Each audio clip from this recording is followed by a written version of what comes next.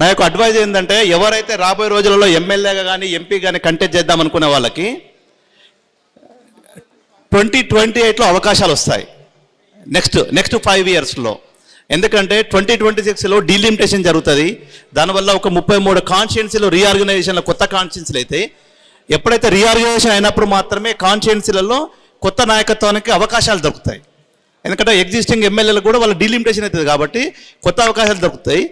కాబట్టి రాబోయే 2028 టార్గెట్ పెట్టుకొని ఈ 2-3 సంవత్సరాలు ఎలక్షన్స్ అయిపోయాక ప్రజలలో ఉంటూ అందరికీ సమాజ సేవలో ఉంటే తప్పకుండా గుర్తింపు వస్తుంది. ఆ గుర్తింపు వచ్చినప్పుడు మన పార్టీ పరంగా కానీ సమాజ పరంగా కానీ అవకాశాలు వస్తాయి.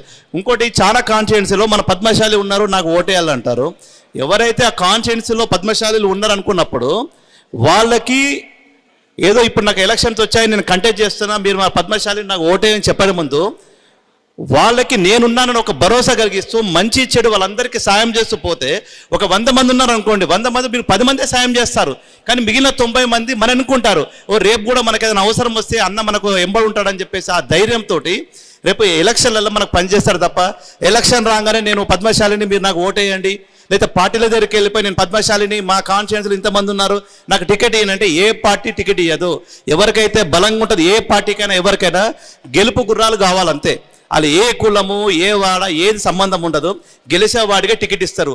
గెలవాలంటే మనకు ఆర్థికంగా సామాజికంగా అన్నిట్లలో మనం బలంగా ఉంటేనే మనకు అవకాశం వస్తుందని తెలియజేస్తూ ఈ యొక్క అవకాశానికి ఈ యొక్క సమావేశానికి నన్ను ఆహ్వానించినందుకు పెద్దలకి